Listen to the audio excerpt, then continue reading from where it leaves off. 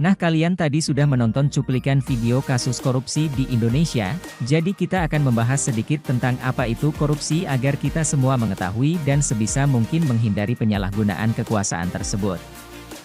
Korupsi adalah penyalahgunaan kekuasaan untuk keuntungan pribadi, seperti suap, penggelapan, dan penyalahgunaan wewenang.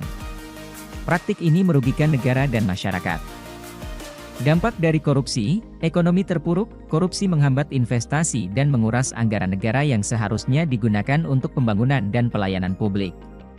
Akibatnya, pertumbuhan ekonomi melambat dan kemiskinan meningkat, kualitas layanan publik menurun, dana yang seharusnya digunakan untuk layanan kesehatan, pendidikan, dan infrastruktur seringkali diselewengkan.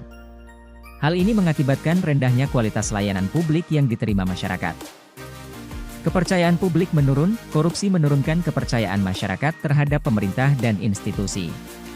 Ketidakpercayaan ini bisa mengakibatkan instabilitas sosial dan politik. Cara melawan korupsi yaitu, 1.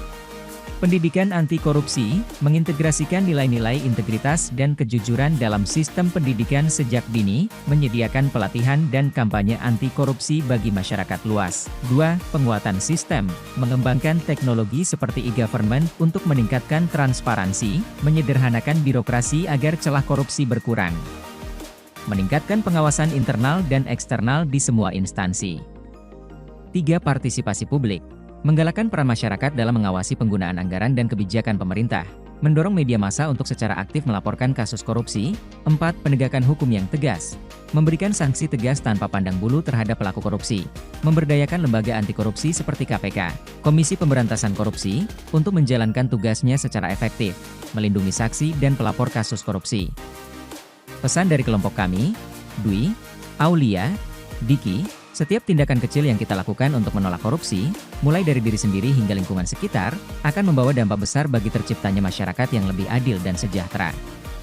Bersama, kita bisa mewujudkan Indonesia yang bersih dan bebas dari praktik korupsi. Terima kasih semua dan sampai jumpa.